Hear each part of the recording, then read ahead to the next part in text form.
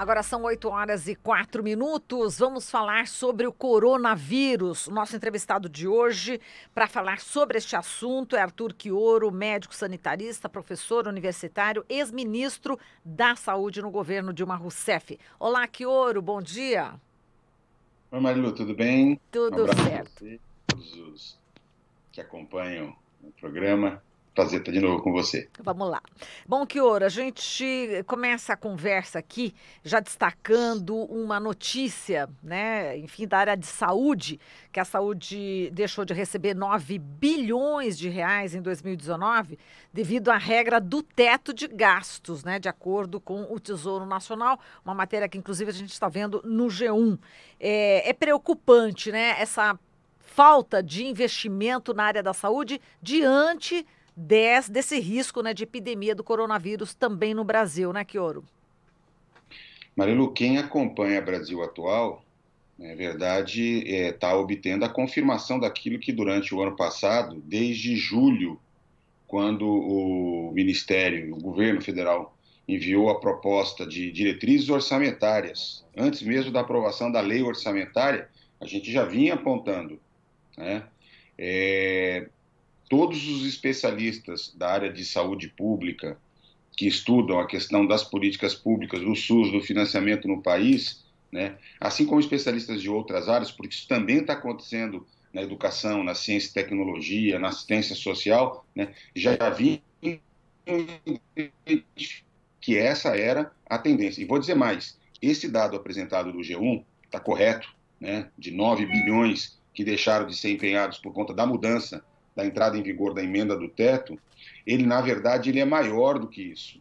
E explico por quê, Marilu.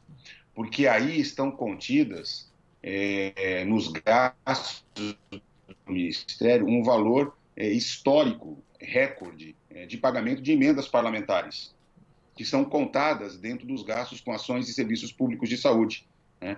Porque, se, na verdade, nós fomos subtrair o que foi liberado de pagamento de emendas parlamentares pelo governo Bolsonaro, em particular para a aprovação da reforma da Previdência, que foi um volume vultuoso, nós vamos chegar próximo de 20 bilhões de reais que deixaram de ser investidas nas ações regulares do Sistema Único de Saúde, de assistência farmacêutica, de atenção básica, de organização da rede de saúde mental, de organização da atenção hospitalar, dos programas de vigilância, de prevenção de doenças. Então, isto, inclusive, explica, colando com o nosso próximo assunto, o temor que nós temos da capacidade de resposta do Sistema Único de Saúde, não por falta de competência dos trabalhadores, dos gestores, alguns mais comprometidos, outros menos comprometidos, mas, de qualquer maneira, muito por conta da instabilidade, né,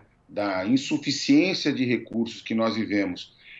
Eu disse há alguns meses, aí na Brasil Atual, né, que nós vivemos historicamente, desde a Constituição, um quadro de subfinanciamento do SUS. Vocês vão lembrar disso. Sim.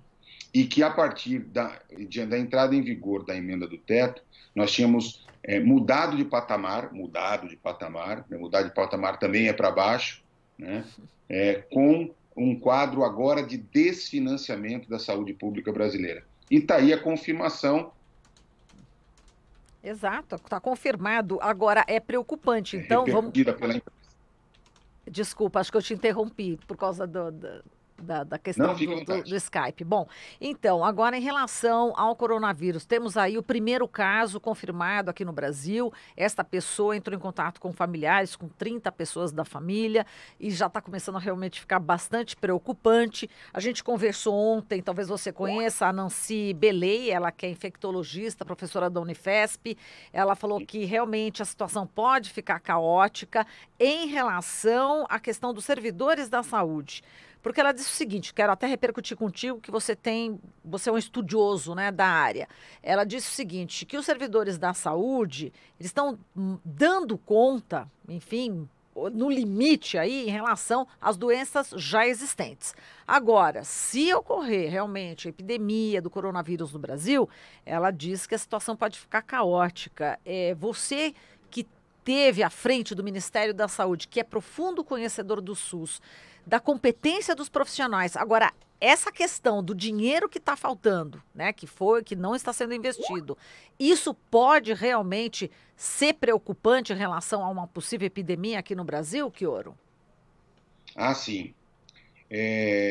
Eu acho que assim, esse tema merece algumas considerações. Em primeiro lugar, né, num mundo globalizado, com a velocidade com que as pessoas se transportam de um lado para o outro, se comunicam, é praticamente impossível imaginar que nós viveremos numa bolha e que nós conseguiremos conter o início da transmissão da doença, que é um processo muito difícil de controle, porque é uma transmissão pessoa a pessoa, né?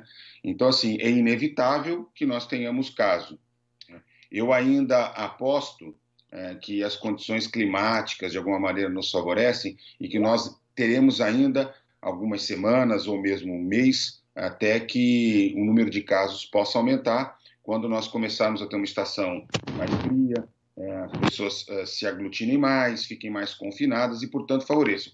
É assim a história natural das doenças de transmissão pessoa a pessoa, em particular as doenças gripais, né, virais como essa que nós estamos enfrentando. Então, nada muito que nos espante, porque existe uma dificuldade natural, né, imaginar que as pessoas ficarão em casas, confinadas, que a vida vai parar, que as pessoas não vão se encontrar. Vejam esse caso índice. Ele chega e imediatamente se reúne com quase 30 pessoas, pelo que eu li, na sua residência para um almoço.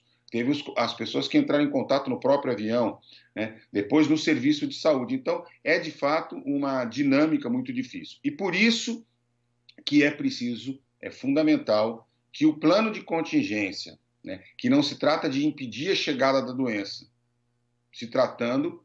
considerando que isso não é viável, mas que a sociedade, e em particular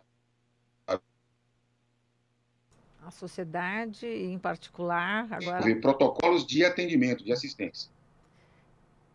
Oi? Desculpa, é que deu Desculpa, Marilu. uma interrupção aqui no Skype. Você estava falando do protocolo. Perfeito. Diga lá. Então, eu estava dizendo assim, que é fundamental que o sistema de saúde, que os trabalhadores consigam implementar protocolos de assistência que já estão previstos, já são com base nas recomendações da Organização Mundial de Saúde, do Ministério da Saúde, o protocolo de vigilância, de investigação dos casos, dos contactantes, dos casos suspeitos, mas também que se garantam aos trabalhadores todas as condições necessárias do ponto de vista da estrutura física nos serviços e das medidas de biossegurança, né? Porque, assim, não se trata de um atendimento em que os trabalhadores possam fazê-lo de qualquer maneira. Existem recomendações, uso de equipamentos de proteção, medidas de fluxo nos serviços, reserva de leitos para os casos mais graves. Eu já tinha comentado isso há algumas semanas com vocês numa outra entrevista. Quer dizer, nós não vimos nenhum movimento efetivo, né, sendo tomado, e é fundamental, tá certo, que isso seja feito de forma correta. É fundamental orientar a população em relação às medidas de prevenção. Pode parecer uma coisa simples, uma coisa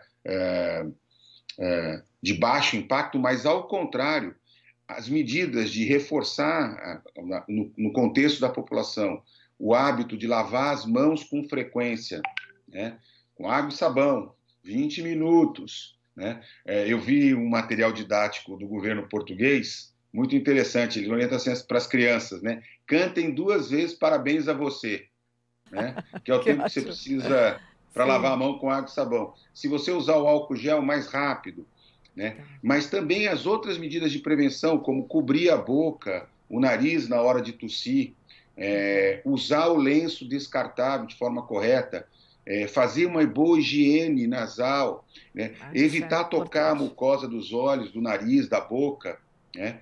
Particularmente nos ambientes públicos, etc., mas sempre lavar as mãos, né? Regularmente manter os ambientes abertos, arejados, né? Então, assim, novamente, lavar as mãos de uma maneira muito frequente. Veja, as pessoas chegam no restaurante e não lavam a mão, chegam em casa e não lavam a mão. Agora, mais do que nunca, é preciso o tempo inteiro cultivar esses hábitos, né? Lembrar que, assim, o vírus, ele é sensível, ele responde, ele não tem resistência às medidas de lavagem. Então, assim, o uso do álcool gel, o uso do hipoclorito de sódio, né, Sim. do,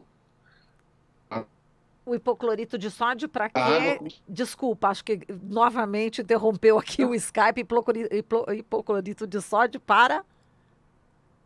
para a lavagem dos ambientes, do piso, Ah, tá. das bancadas, da pia, do Ah, banheiro, perfeito, né? Ou perfeito. detergente, ou hipoclorito, ou mesmo água com sabão, mas um bom hábito de higiene, tá certo? E, do ponto de vista, agora, né, nesta fase atual, muito preocupação em relação aos locais onde está ocorrendo circulação de vírus, né? Evitando o contato com as pessoas, com os animais nessas circunstâncias. Vejam, eu insisto muito que é preciso, nesse momento, Marilu e ouvintes, combinar aquilo que nós, como cidadãos, podemos fazer, né? São essas medidas de higiene pessoal, de higiene coletiva, né? Mas exigir que as autoridades municipais, estaduais e o próprio governo federal tomem as medidas necessárias. Veja, eu tenho visto mais representantes do setor privado se manifestarem, darem orientação, né, do que as autoridades públicas. Cadê os secretários municipais de saúde? Cadê o secretário estadual? O secretário estadual terceirizou um grupo nesse momento. Nós precisamos leitos disponíveis, nós precisamos que as nossas redes de UPA tenham médicos, enfermeiros, com os equipamentos necessários. Né? O que adianta dizer para as pessoas que elas têm que ficar usando máscara, né, enganando, porque a máscara só é recomendada em casos muito específicos, quando as pessoas são sintomáticas. Vejam, alguns dados importantes. Desde a entrada em contato com o vírus até o surgimento dos primeiros sinais e sintomas, que é o que a gente chama de período de incubação, podem levar 12 dias e meio. Em média, os sinais e sintomas aparecem com 5 dias, a partir do contato com a doença. E depois que a pessoa começa a transmitir a doença, ela pode transmitir por cerca de 9... Cerca de 9, de novo. Mas não significa ficar presa. Agora Durante sim. 9 dias ela Sim. transmite a doença para outras pessoas. Por Perfeito. isso, né, que é de fato uma enfermidade que tem uma transmissão importante, uma cadeia de transmissão importante, com o número de casos que vem crescendo, que crescerá até que se esgote de alguma maneira, né, essa cadeia de transmissão, né, como parece que já vai começar a acontecer na China. As primeiras notícias ainda é muito cedo, né, mas aparentemente já começa a perder um pouquinho de força lá, o que não significa que não acontecerá no resto do mundo. Vejam, eu quero lembrar uma coisa importante. Eu, em 2009, era secretário municipal de saúde de São Bernardo do Campo, e nós vivemos uma epidemia de gripe, né? Quer dizer, em 2003, nós tivemos uma epidemia de gripe, inclusive com número de casos e número de óbitos maior do que aparentemente nós estamos tendo com o coronavírus. Ainda é meio cedo, a gente precisa de algum tempo para entender como é que ela de fato vai se comportar, mas assim, os sistemas de saúde, se tiverem os trabalhadores da saúde, os médicos, enfermeiros, profissionais, se tiverem condições de atender de forma adequada, né, conseguirão ter um bom desfecho em relação ao atendimento dos casos. Por quê? A letalidade, ou seja, o número de pessoas que morrem, o número de pessoas que ficam doentes, depende demais da qualidade da resposta, né?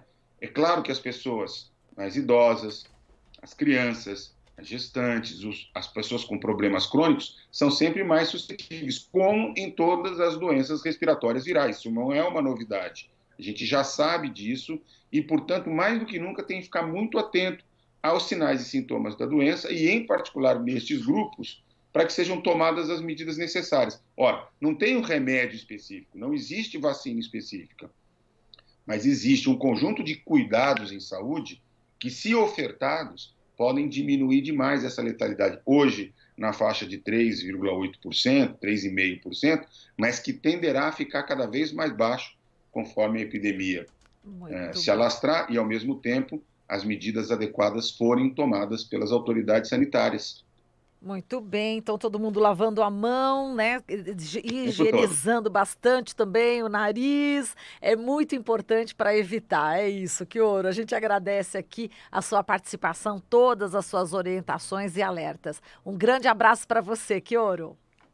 Grande abraço, até uma próxima oportunidade. Até a próxima. Falamos aqui com Arthur Quioro, médico sanitarista, ele que é professor universitário e foi ministro da Saúde no governo Dilma Rousseff.